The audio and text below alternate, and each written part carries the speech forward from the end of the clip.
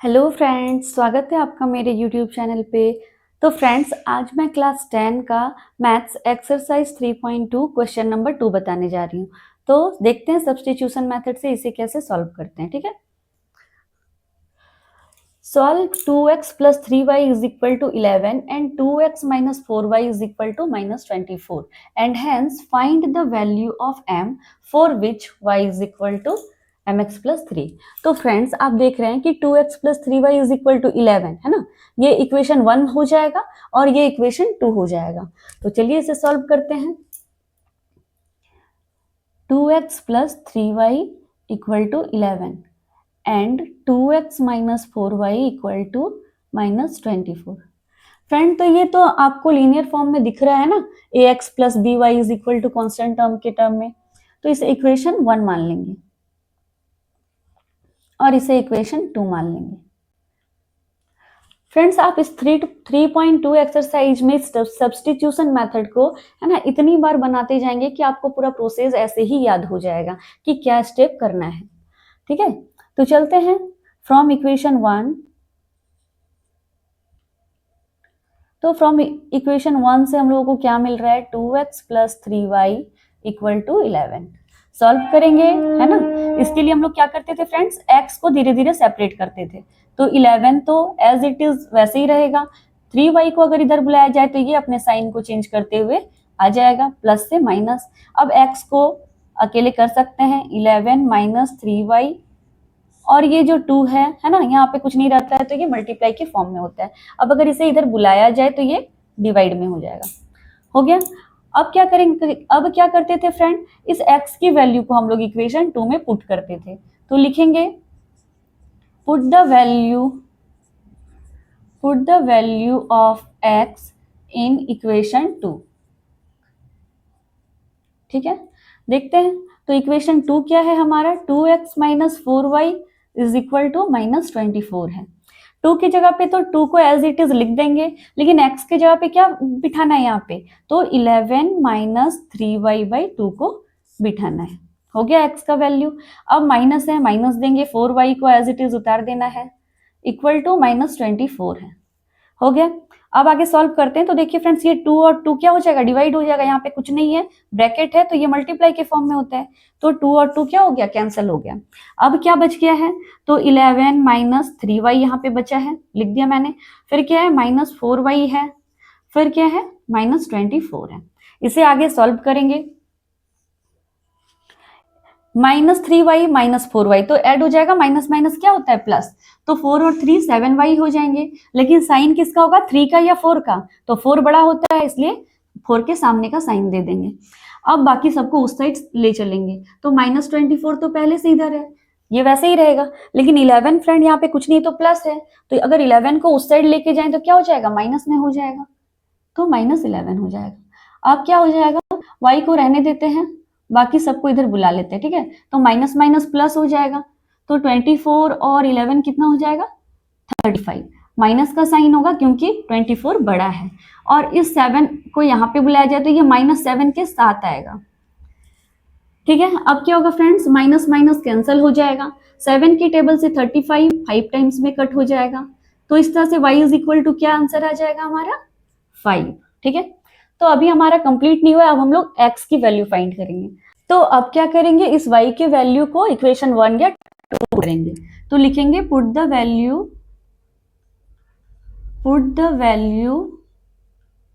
Of y in equation 1।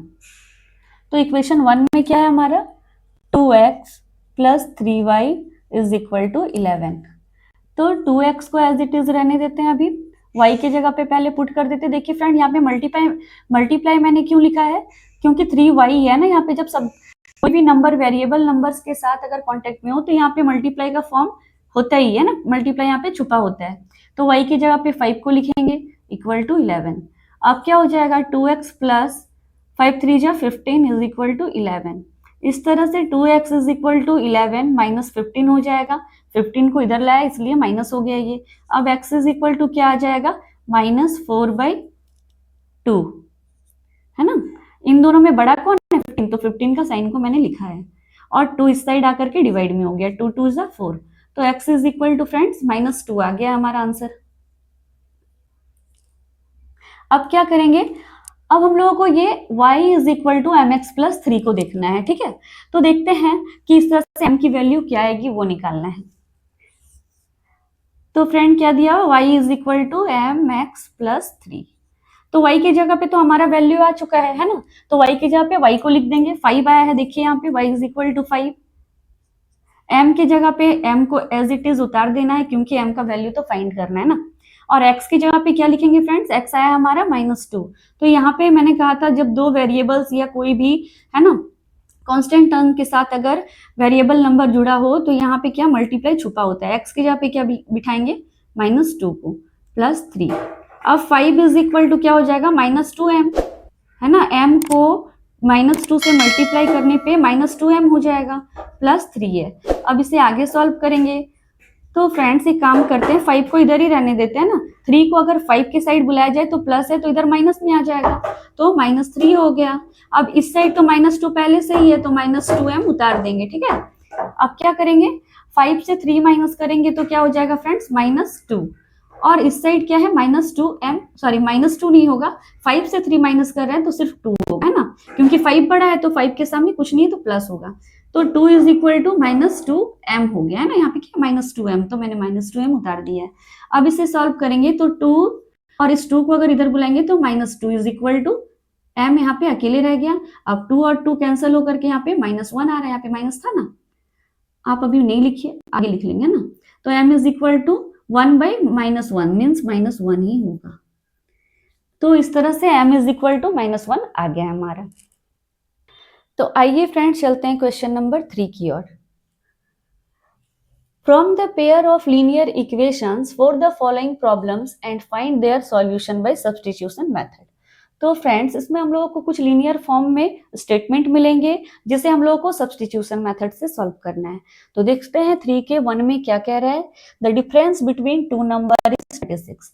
दो numbers का difference कितना दिया हुआ है 26, and one number is 3 times the other, और उसमें से जो एक नंबर है वो दूसरे वाले के 3 गुना है। फाइंड देम, तो बताइए कि वो क्या है। तो फ्रेंड्स जब भी ऐसा क्वेश्चन रहे तो जिस चीज को फाइंड आउट करना है उसे हम लोग x और y मान लेंगे, ठीक है। तो जैसे कि इसमें क्या नंबर्स की बात हो रही है तो हम लोग मान लेंगे कि वो दोनों नंबर x और y हैं, तो लिखेंगे let one number is equal to x and other number is y, ठीक है। तो पहला स्टेटमेंट क्या है, the difference between two number, दोनों नंबर्स का डिफरेंस, तो डिफरेंस का मतलब क्या होता है माइनस करना, तो दोनों को माइनस करेंगे, इन दोनों का डिफरेंस कितना दिया हुआ है 26 इज इक्वल टू 26, इतना हो गया खत्म। आगे बढ़ेंगे, and one number is 3 times the other, एक नंबर जो है तो ये है, वो जो एक नंबर है वो दूसरे का 3 गुना है, तो दूसरे का 3 गुना तो दूसरा नंबर क्या है y का 3 गुना है तो 3y हो गया, है ना, 3 गुना है, तो x is equal to 3y हो जाएगा। तो फ्रेंड ये तो लीनियर इक्वेशन में दिख रहा है, इसे इक्वेशन 1 मान लेंगे, लेकिन ये हमारा लीनियर फॉर्म में नहीं है तो इसे लीनियर फॉर्म में चेंज कर लेते हैं। x इस 3y को अगर इधर बुलाएंगे, आप मल्टीप्लाई मैंने समझाने के लिए यहाँ पे दिया है तो मल्टीप्लाई नहीं लिखना है, ठीक है। अगर 3y को इधर बुलाया जाए तो ये माइनस में आएगा, और इधर क्या बचा, कुछ नहीं, मीन्स 0 बचा है, तो इक्वेशन 2 हो जाएगा ये, है ना। इन दोनों लीनियर पेयर्स को सॉल्व करना है और x और y की वैल्यू को फाइंड आउट करना है, लेकिन किस मेथड से, तो सब्सटीट्यूशन मेथड से। तो आप लोग अभी तक तो बहुत अच्छे से सीख गए होंगे कि सब्सटीट्यूशन मेथड से कैसे सॉल्व होता है। तो लिखेंगे फ्रॉम इक्वेशन 1, इक्वेशन 1 तो ये है, x इज इक्वल टू क्या हो जाएगा 26 प्लस y, मैंने डायरेक्ट बना दिया है, x इज इक्वल टू 26, इसे इधर बुलाएंगे तो प्लस में हो जाएगा, ठीक है। अब क्या करेंगे, इस वैल्यू को 2 में पुट करते हैं, तो लिखेंगे put the value of x in equation 2, है ना, यही तो प्रोसेस है। तो इक्वेशन 2 हमारा देखिए फ्रेंड्स ये है, इसमें हम लोगों को पुट करना है इस वैल्यू को, तो मैं 2 को पहले लिख लेती हूँ, x minus 3y is equal to 0 है। तो x के जगह पे वैल्यू को पुट करना है, तो x तो यहाँ पे आ गया, x की जगह पे क्या लिखेंगे 26 plus y, 26 plus y x के जगह पे देखिए हो गया। अब -3y है तो -3y एज इट इज रह जाएगा। अब क्या हो जाएगा, पहले y को सॉल्व कर लेते हैं, प्लस माइनस माइनस होता है तो माइनस करेंगे तो क्या हो जाएगा, 3 आम से 1 आम गया तो 2 आम है ना, वही 3y से 2y गया तो 2y, लेकिन दोनों में साइन का क्या होगा, तो जो बड़ा है तो 3 बड़ा है या 1 बड़ा है, 3 बड़ा है तो माइनस हो जाएगा, इक्वल टू फ्रेंड यहाँ पे 0 तो पहले से है, 26 को इधर बुलाएंगे तो साइन चेंज करके आ जाएगा इधर, है ना, तो यहाँ पे प्लस में था कुछ नहीं है तो इस साइड आने पे ये माइनस हो गया है। अब y इज इक्वल टू क्या हो जाएगा, तो -26 वैसे ही रहेगा और 2 को अगर इधर बुलाएंगे तो ये डिवाइड में आ जाएगा -2। अब देखिए फ्रेंड्स माइनस माइनस कैंसिल हो गया और 2 के टेबल से 26 30 टाइम्स में कैंसिल हो गया, तो इस तरह से हमारा y क्या आ गया है 13। अब नेक्स्ट क्या करेंगे, y की वैल्यू को इक्वेशन 1 या 2 में पुट कर देना है तो हमारा x आ जाएगा, तो लिखेंगे put the value of y in equation 1। तो इक्वेशन 1 में क्या था, x minus y is equal to 26, x minus y की जगह पे क्या लिखेंगे 13 को, है ना, y का वैल्यू 13 आया है, 13 लिख दिया मैंने। अब 26 एज इट इज रहेगा और x इज इक्वल टू क्या हो जाएगा 26 प्लस 13, ये -13 इधर आएगा तो प्लस हो जाएगा। अब क्या हो गया friends, x is equal to add कर देंगे इन दोनों को तो 39 आंसर। तो फ्रेंड्स आप देख रहे हैं कि कितनी आसानी से x और y का वैल्यू हम लोगों को फाइंड हो गया है ना। तो ऐसे ही बहुत ही इंटरेस्टिंग होता है ये सब जो स्टेटमेंट वाले क्वेश्चन होते हैं, आप इस तरह से आप अपना आंसर चेक भी कर सकते हैं ना कि x 39 है और y 13 है, तो क्या ये इस स्टेटमेंट में बैठ रहा है। तो देखिए 39 से अगर 13 माइनस करे तो 26 आ जाएगा, है ना। तो इस तरह से ये क्वेश्चन भी हमारा सॉल्व होता है। तो आइए फ्रेंड्स चलते हैं क्वेश्चन नंबर 3 के 2 में, ठीक है। The larger of two supplementary angles exceeds the smaller by 18 degree. Find them, है ना। क्या कह रहा है कि जो लार्जर है सप्लीमेंट्री एंगल्स में वो उनमें से, है ना, जो small exceeds the smaller by 18 degree, जो छोटा वाला है उससे बड़ा वाला 18 डिग्री ज्यादा है, ठीक है। तो फ्रेंड्स ये सप्लीमेंट्री एंगल्स के बारे में पहले हम लोगों को समझना पड़ेगा, ठीक है। तो सप्लीमेंट्री एंगल्स क्या होते हैं, जब दो एंगल्स का सम 180 डिग्री हो तो उसे क्या कहेंगे सप्लीमेंट्री एंगल्स। तो क्या मान लेंगे, लेट जो फाइंड करना होता है पहले तो हम लोग उसे x और y मान लेते हैं, तो लेट द स्मॉल, दो एंगल्स होंगे एक बड़ा और एक छोटा, तो let the larger angle is equal to x, है ना, x डिग्री मान लिया मैंने, और जो स्मॉलर है वो y हो जाएगा। तो पहला स्टेटमेंट हम लोग क्या लिखेंगे अकॉर्डिंग टू क्वेश्चन, कि सप्लीमेंट्री एंगल्स का सम 180 डिग्री होता है ना। तो ये आराम से x plus y is equal to, ये तो क्वेश्चन में दिया हुआ नहीं है लेकिन हम लोगों को पता होना चाहिए कि सप्लीमेंट्री एंगल्स क्या होते हैं। तो x plus y is equal to 180 degree, ये इक्वेशन 1 हो जाएगा। उसके बाद क्या कह रहा है, द लार्जर, है ना, जो बड़ा वाला एंगल है, तो बड़ा मैंने क्या माना है x को, वो जो है 18 डिग्री एक्सिड्स मतलब ज्यादा है ना छोटे वाले से, तो छोटा वाला y है और इससे जो है 18 एक्सिड्स मतलब ज्यादा है 18, तो ये हो जाएगा इक्वेशन 2। लेकिन ये लीनियर फॉर्म में करने के लिए y को इस साइड बुलाना पड़ेगा, तो x हो जाएगा माइनस वाई हो जाएगा इसके साथ, क्योंकि y को राइट साइड से लेफ्ट साइड लाया मैंने, इज इक्वल टू 18 डिग्री, ये इक्वेशन 2 मान लेंगे। तो अब हम लोग सॉल्व कर सकते हैं एकदम आसानी से, तो फिर वही सब्स्टिट्यूशन मेथड की ओर चलते हैं, फ्रॉम इक्वेशन 1। तो इक्वेशन 1 से हम लोग क्या मिलेगा पहले उसे लिखना है, x plus y is equal to 180 degree. अब x को सेपरेट करते हैं हम लोग, तो 180 माइनस वाई हो जाएगा, ठीक है। अब क्या करेंगे, इस x के वैल्यू को इक्वेशन 2 में पुट करेंगे, तो लिखेंगे put the value of x in equation 2। चलते हैं, तो इक्वेशन 2 क्या है हमारा, x minus y is equal to 18, ठीक है, ये इक्वेशन 2 को मैंने लिख लिया है। अब x के जगह पे फ्रेंड्स क्या लिखना है, 180 माइनस वाई, तो 180 माइनस वाई लिखते हैं मैंने, फिर ये एज इट इज उतार देंगे, इक्वल टू 18 रह जाएगा। अब इसे सॉल्व करना है, तो वाई वाई पहले देख लेते हैं, तो माइनस माइनस क्या होता है प्लस, माइनस 2y हो गया, 18 डिग्री पहले से इधर है, इसे अगर इधर बुलाएंगे तो ये माइनस में हो जाएगा, तो minus 2y is equal to क्या होगा, माइनस 10 से 8 गया 2, 7 से 1 गया 6 और 1 एज इट इज उतर गया, 162 हो गया है। तो y इज इक्वल टू क्या करेंगे फ्रेंड्स, 162 डिवाइडेड बाई -2 हो जाएगा। ठीक है, अब देखिए माइनस माइनस कैंसिल हो जाएगा और 2 के टेबल से ये 2 8 जा 16, 2 1 जा 2, 81 डिग्री हमारा y is equal to answer आ जाएगा। ठीक है, अब इसी तरह से इस वैल्यू को हम लोग इक्वेशन 1 में पुट करेंगे, put the value of y in equation 1। तो फ्रेंड्स इक्वेशन 1 में क्या मिला था, x plus y is equal to 180 degree. ठीक है, अब x के जगह पे उसी को रखेंगे, y के जगह पे 81 आया है इज इक्वल टू 180 डिग्री।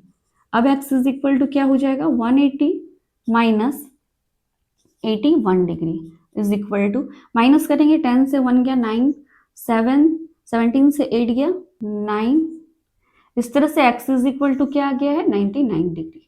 तो फ्रेंड्स आप देख रहे हैं कि यहाँ पे जो लार्जर एंगल है वो 99 आ गया है और जो स्मॉलर है वो 81 आ गया है। आप इस वैल्यू को इस इक्वेशन में पुट करके देख सकते हैं, आपका आंसर भी वेरीफाई हो जाएगा। तो चलिए फ्रेंड्स क्वेश्चन नंबर 3 के 3 में देखते हैं क्या है। The coach of a cricket team buys the 7 bats and 6 ball for rupees 3800। ठीक है, एक क्रिकेट कोच के टीम ने 7 बैट और 6 बॉल खरीदा है, टोटल कितने में, 3800 रुपए में। Later she buys 3 bats and 5 balls for rupees 1750, है ना। बाद में उन लोगों ने 3 बैट और 5 बॉल्स है ना 1750 रुपीज में खरीदा है। तो बताइए कि एक बैट और एक बॉल का कॉस्ट क्या होगा। तो जो फाइंड करना, जो क्वेश्चन करा जा रहा है उसे ही हम लोग क्या करेंगे, एक्स और वाई मान लेंगे। तो लिखेंगे let the cost of 1 bat is equal to x rupees and cost of 1 ball is equal to y rupees. According to question क्या मिल रहा है हम लोगों को कि 7 बैट है ना और 6 बॉल का दाम 3800 है, तो लिखेंगे 7 बैट्स है ना, तो 7 बैट्स, एक का दाम है, एक बैट का दाम है x रुपीज, तो 7 बैट का क्या दाम हो जाएगा 7x प्लस है ना, और क्या है 6 बॉल्स, तो एक बॉल का दाम y है तो 6 बॉल का दाम 6y हो जाएगा। तो 6y इज इक्वल टू कितना है टोटल कॉस्ट 3800। ठीक है फ्रेंड्स, ये लीनियर इक्वेशन में बन चुका है, इसे इक्वेशन 1 मान लेंगे। नेक्स्ट लाइन पढ़ेंगे, later she buys 3 bats and 5 balls for इतना रुपीज, मतलब 3 बैट, तो 3, एक बैट का दाम था x, तो 3 बैट का दाम 3x, बॉल 5 है, एक बॉल का दाम y, तो 5 बॉल का दाम 5y इज इक्वल टू कितना है कॉस्ट टोटल 1750 रुपीज। अब हम इसे इक्वेशन 2 मान लेंगे। सॉल्व करते हैं सब्स्टिट्यूशन मेथड से। From equation 1 7x plus 6y is equal to 3800। अब सेपरेट करेंगे x को, 3800 माइनस में हो जाएगा 6y। ठीक है, अब x इज इक्वल टू क्या आएगा 3800 माइनस 6y डिवाइडेड बाई 7। ठीक है फ्रेंड्स, अब x के वैल्यू को इक्वेशन 2 में पुट करना है। Put the value of x in equation 2। तो इक्वेशन 2 क्या है हमारा 3x + 5y = 1750। तो x की जगह पे क्या है फ्रेंड्स, 3x इंटू लिखेंगे क्योंकि यहाँ पे मल्टीप्लाई का साइन छुपा होता है, x की जगह पे इसे लिखना है 3800 माइनस 6y लिख दिया है, डिवाइड में 7 है, प्लस में 5y वैसे ही रहेगा इक्वल टू 1750। सॉल्व करेंगे, ये तो डिवाइड नहीं हो रहा है यहाँ पे, है ना, तो 3 को इससे भी मल्टीप्लाई करेंगे, 3 को इससे भी मल्टीप्लाई करेंगे, तो क्या हो जाएगा 00 11,400 माइनस 18y प्लस 5y, और यहाँ पे 7 था तो 7 यहीं पे रहेगा। अब क्या करेंगे, एलसीएम ले लेंगे, यहाँ पे कुछ नहीं है तो 1, 7 और 1 का एलसीएम 7 ही आएगा, 7 से 7 को डिवाइड करेंगे 1 आएगा, 1 को ऊपर वाले से मल्टीप्लाई करेंगे तो जैसे कि तैसे ही रहेगा, 1 से मल्टीप्लाई करने पे कोई फर्क नहीं पड़ता है, 1 से 7 को डिवाइड करेंगे तो 7 आएगा, और 7 के टेबल में 7 को 5 से मल्टीप्लाई करेंगे तो 35y आएगा। फ्रेंड्स देखिए, जो वेरिएबल नंबर से उनका काम हम लोग पहले कर लेते हैं, ये माइनस है ये प्लस, तो माइनस प्लस क्या होता है माइनस, माइनस कर देंगे 17y आ जाएगा, साइन दोनों में से किसका होगा, जो बड़ा है, तो 35 बड़ा है, प्लस का साइन है प्लस रख देंगे, फिर ये क्या है प्लस में है देखिए ये, तो इसको वैसे ही रहने देंगे, 1750 राइट साइड में एज इट इज उतार देना है। इस डिवाइड देखिए 7 यहाँ पे डिवाइड में है, अगर इस साइड बुलाएंगे तो मल्टीप्लाई में होगा। अब सॉल्व करेंगे, 17y इज इक्वल टू, पहले मल्टीप्लाई कर लेते हैं इसे,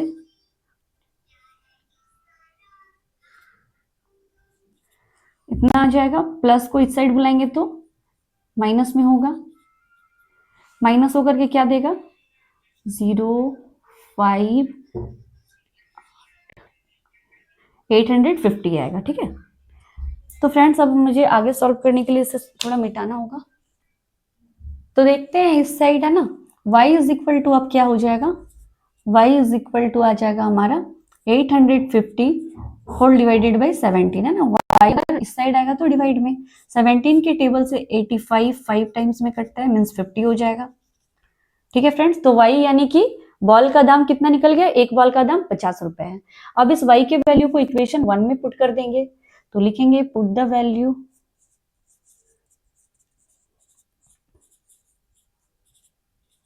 y इन इक्वेशन 1 में क्या है 7x प्लस 6 इंटू y की जगह पे 50 आया है, इक्वल टू 3800।